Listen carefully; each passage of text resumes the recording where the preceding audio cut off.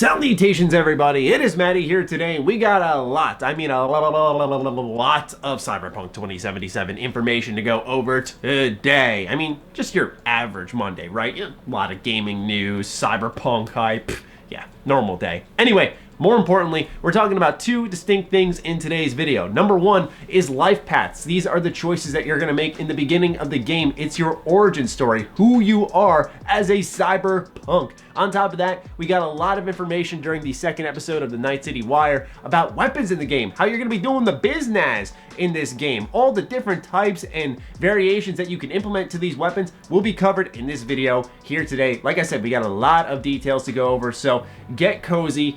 Let's talk a little bit about Night City Wire episode 2. So for starters, I thought that it was solid. I didn't think it was as good as the first Night City Wire because I felt the synchronization of the initial Night City Wire with all of the previews that people were dropping on the same day led to this huge blowout. It felt like a cyberpunk celebration, and it really created a lot of hype, even for me personally, where I was excited for Cyberpunk 2077, but that got me super duper on board. So just having a standard episode without the inclusion of like an anime announcement did make it feel less than, but I think it's just a symbol of how strong they started. This was still a great episode, and like I said, we got a lot to go over. So let's get things started just like they did with episode 2 of Night City Wire, talking about life paths. So there are 3 life paths that you can choose from within Cyberpunk 2077, as you've probably heard by this point in time, called the Street Kid, the Corpo, and the Nomad. We got distinct details about each of these, how they interact with the world, where they start in the world, and while you've heard a little bit of this during some preview coverage, more than likely, there are still some new nuggets of information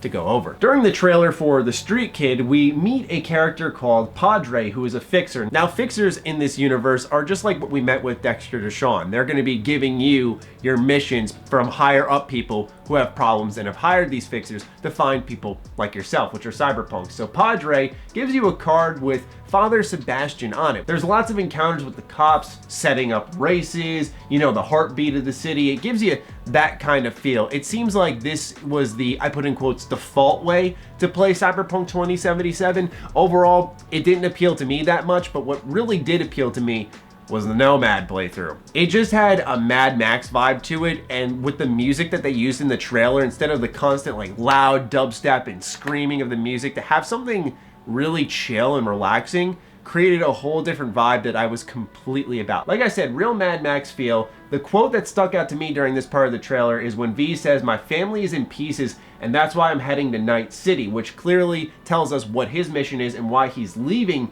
the Badlands. But as he says this, he's looking at this patch, this backers patch here, which is definitely one of the new Nomad clans added in 2077 because there's no mention of it in Cyberpunk 2020, for example. And so you get this feeling of like the clan slash biker gang vibe throughout the entire part of the trailer, where you see them celebrating something around a campfire. There was just a very free feeling, and it was emphasized once again by that music and how open the areas were. It wasn't like a crowded city with people on top of one another. And the good news is that let's say you go to Night City, you can always go back out to the Badlands. I don't think anyone had doubts about that, but just know that it's not a starting area. It's something that you can fully explore, although the developers did say it's a very dangerous part, and that when you go back out there, because certain conditions have not been so kind to the Badlands, it's going to be very tough for the player. The last life path we're going over is the Corpo. Now, the quotes in this part of the trailer really stood out because Arasaka is the biggest mega corporation in the entirety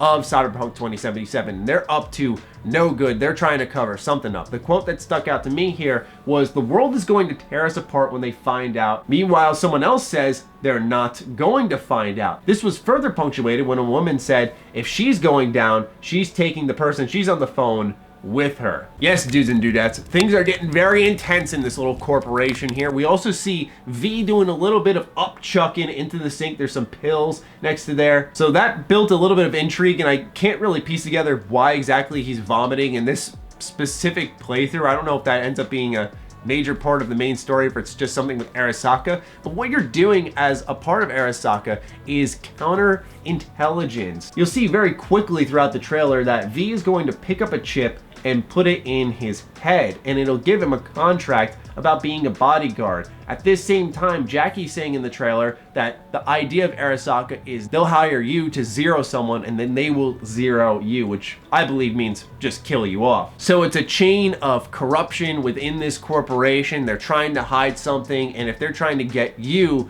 to take someone out and then take you out, that's absolutely part of the reason they're trying to just snuff out this entire issue. We also learn a little bit more about Saburo Arasaka, who leads things here at Arasaka, and he's 158 years old, I found out. I read this online through Twitter. My buddy Legacy Killer HD put out a tweet and I went, what? No way. And I actually looked it up and yep, he is this old. So that's a little bit fishy, a little bit of Mr. House action going on, if you will, in some semblance there. So I thought that was pretty unique about this part of the world. So if I had to rank things right now, definitely Nomad, Corpo, Street Kid. Not that Street Kid looks bad, Street Kid looks more default, whereas Nomad's very appealing to the Fallout fan of me, the person who likes that Mad Max vibe. And then Corpo was originally my #1 pick. I would probably, if I'm at the main menu right now, be going back and forth between the two and end up leaning toward Nomad. But Corpo looks really neat as well because it sort of sets the stage a little bit more, I feel. Overall, I'm looking forward to playing as all these characters. That's going to be really freaking awesome. But right now, Nomad takes the cake. They went on to give us more details about these life path opportunities. It's not just about the origin story and how your intro plays out differently. Throughout the entire game, you're going to have opportunities to make use of your, we'll say, upbringings. One of the examples they gave, which we actually see a little bit of during the 48 minutes of gameplay, is we meet Meredith Stout. And if you're a Corpo at this point in time, which I believe during the demo you're a Street Kid, you're aware of her and what she's up to, which will enable you to interact with her differently with the Maelstrom gang later on when you're in that little standoff. However, if you're a Nomad, then you're more familiar with the Maelstroms, so it actually flips this example on its head. In the 48-minute gameplay demo, we do see as a Street Kid that since you're not associated with either of these factions whatsoever, there's no benefits there, but a Maelstrom will offer you some illegal substances which you're familiar with and you can take it, which can give you a little bit of a positive relationship with this person. Will it impact the outcome? Well, we see things end pretty hairy, but regardless, it does give you options no matter who you choose. The middle section of Night City Wire Episode 2 focused really on music. It was about a band called Refused, who's now being called Samurai within the Cyberpunk universe. It turns out they actually already have some tracks on Spotify. I didn't know this, so I went ahead. I'm adding them to my, I call it my League of Legends playlist. That's kind of like my main game music grind that I do. I'll just fire up a couple matches and listen to some music, because other than that, I'm usually trying to like listen to dialogue and I'm pretty keyed in on the story. But like League, man, great podcast / music game. I gotta be honest with you guys. Anyway, gameplay wise, coverage wise, I didn't feel there was anything particularly interesting to cover in this aspect. So let's just shift over to the last part, which is the weapons that you'll be able to use in Cyberpunk 2077. Now, each of these weapons are customizable via their attachments, such as scopes, suppressors, etc. There's also software upgrades which can change the gunplay, such as using biochemical rounds, fire rounds, or augmenting the rate of fire for your weapon, and so on. Now, there's 3 families of weapons. You have the tech weapons, power weapons, and smart weapons. We're gonna begin with tech weapons because I think those are the most eye-catching. The trailer mainly focuses on one weapon from this class called the Tsunami Nekomata, which is a tech weapon sniper rifle. But we also see on the bottom the DB Satara, the M179 Achilles, the DR12 Kassar. These tech weapons have the ability to shoot through cover because of their electromagnetic rounds, so enemies cannot hide from you. Meanwhile, the power weapons are more traditional. We see the likes of the Carnage, the Tsunami Nue, the SOAR 22, the HJ-SH-18 Masamune, and the M10A, which I believe is a heavy pistol. Really hard to see that one. Anyway, these weapons do use steel ammunition, and bullets can ricochet off environments, so we saw a little bit of that inside the actual 48 minutes of gameplay once again. I'm so happy they gave us this bulk of gameplay because it's so good for cross-referencing. We can see right here that V actually shoots bullets off the wall and hits someone completely behind cover. I think this is the weapon class that's most appealing because you can get very crafty with it, and it encourages you to be creative with not only your positioning, but how you angle your shot. You don't have to be directly one-on-one with someone, but you can have a good angle on them and then bounce the bullets off the wall and take them out that way. Smart weapons, we also saw in action. The weapons that they put on screen were the DB4 Falika, the TKI-20 Shingen, the G58 DN, the L69 Zuo, and all of these weapons are auto-targeting weapons. So they're good for when enemies are running away, or once again, they're hiding behind cover, and you can just zero in on them. You don't have to aim all that much. The smart weapons cover pretty much all weapon classes, from snipers to rifles to SMGs, even shotguns. I did a little bit of reading online. It seems like the smart weapons are good for people who want to play an RPG, but they don't want to play a first-person shooter, or maybe they're not good at first-person shooters, or maybe physically they're just not able to play a first-person shooter as proficiently, and maybe even difficulty changes wouldn't be enough. So smart weapons can fit that part of things. I just hope they're not too easy mode, because you can literally just auto-target actually anyone, but we'll see. I'm sort of holding my breath here that they're not going to make them super powerful, because then why would you use any other class if one of them can auto-target at any point in time?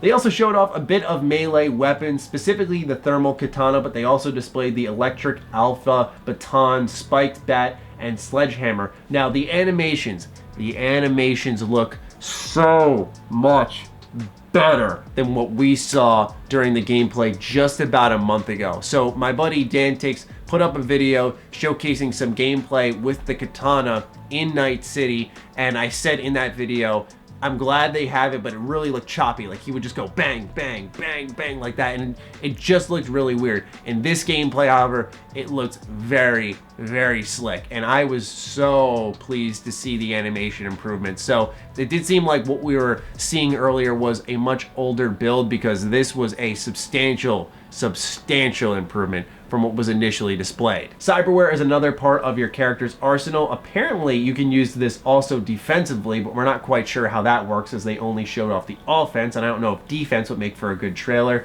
But we have the monowire, the projectile launch system, gorilla arms, and the mantis blades. Now the mantis blades are insane, because they not only cut someone up to bits, but also stabbed someone, lifted them up, and electrocuted them. So these are going to be very, very crafty. The gorilla arms, on the other hand, allow you to use heavier weapons, like tearing a turret off of its stand and using that, or punching someone out for a complete week. Meanwhile, the projectile launcher turns you into, pretty much Boba Fett. Now, they did say your character will become more proficient with these weapons as they continue to use them over and over and build up their skills. Sort of like something akin to Skyrim, whereas you use, say, one-handed, you build up your one-handed skill, and eventually you level up. However, the leveling system that Cyberpunk has implemented really makes sure it's balanced out, so that you're not like farming one type of weapon and then you're completely ahead of the game, way further than you actually should be. They mentioned that the best weapons are given by enemies or loot caches everywhere in Night City, so I don't know if this indicates that there will be like outposts that you can clear out in Night City, and those outposts will have loot caches. You can also buy them, of course, from shops, and they announced that there are tiers for these weapons, which are common, uncommon, rare, and legendary. We did see a little bit of this in the 48 minutes of gameplay.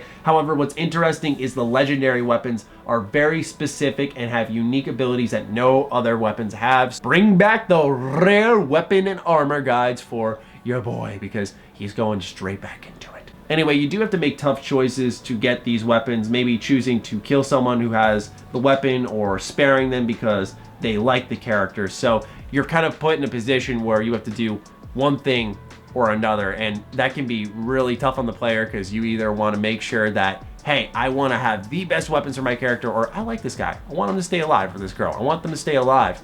And so you make a choice there. Anyway, ladies and gentlemen, that's all the information we have to go over for Cyberpunk 2077. I do hope you guys learned something through this video and did enjoy the coverage. If you did, let me know what you think in the comments down below. Other than that, follow me on Twitter, follow me on Instagram. Those links are in the description down below. Big thank you to all the patrons who continue to support all the content I create here. Stay sexy, stay active. I love you all.